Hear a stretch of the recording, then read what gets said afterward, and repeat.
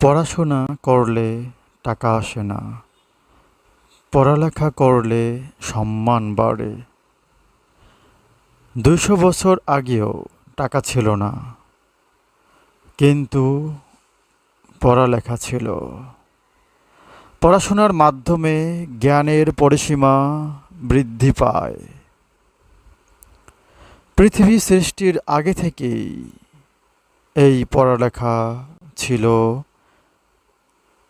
তথা আল্লাহ পাক আগেই কলম সৃষ্টির মাধ্যমেই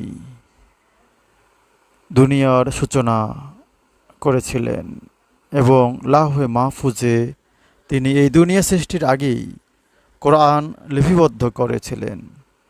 তাই পড়ালেখাকে টাকার হাতিয়ার নয়, পড়ালেখাকে জ্ঞানের হাতিয়ার হিসেবে ব্যবহার করাই উত্তম।